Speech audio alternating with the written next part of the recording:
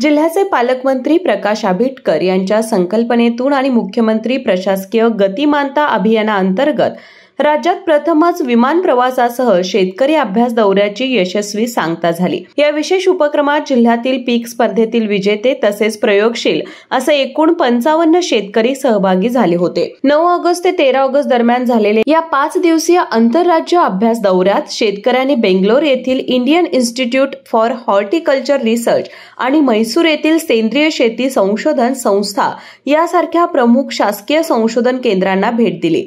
या भेटींमधून त्यांनी फळबाग लागवड, सेंद्रिय शेतीतील नाविन्यपूर्ण संशोधन, उत्पादन वाढवण्याच्या आधुनिक पद्धती, काढणीनंतरची प्रक्रिया, खतांचा कार्यक्षम वापर आणि बाजार मूल्य वाढीसाठी लागणारे तंत्रज्ञान याबाबत सखोल माहिती मिळवली।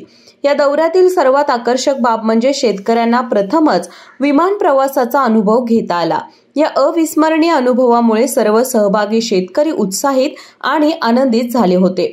अभ्यास दौऱ्यातून परत आल्यानंतर कोल्हापूर विमानतळावर कृषी विभाग आणि प्रशासनाकडून कोल्हापुरी पद्धतीने फेटे बांधून आणि पुष्पगुच्छ देऊन शेतकऱ्यांचे भव्य स्वागत करण्यात आले। स्वागत समारंभात सहयोगी अधिष्ठाता अशोक पिसाळ, विभागीय कृषी सेवा संचालक बसवराज मास्तोळी, जिल्हा अधीक्षक कृषी अधिकारी जालिंदर पांगरे तसेच अनेक मान्यवर उपस्थित होते। दौऱ्यातील अनुभव कथन करताना शेतकऱ्यांनी सांगितले की या मिळालेल्या संधीचा निश्चितच आपल्या शेतीत उपयोग केला जाईल आणि जिल्ह्याच्या कृषी क्षेत्रात उत्पादन क्षमता व गुणवत्तेमध्ये लक्षणीय वाढ होईल। तसेच परराज्यातील शेती क्षेत्रातील नवनवीन प्रयोग आणि संशोधनाचा लाभ जिल्ह्यातील शेतकऱ्यांना होणार असल्याचा विश्वास त्यांनी व्यक्त केला। या यशस्वी उपक्रमाबद्दल शेतकऱ्यांनी पालकमंत्री प्रकाश आबिटकर यांचे विशेष आभार मानले।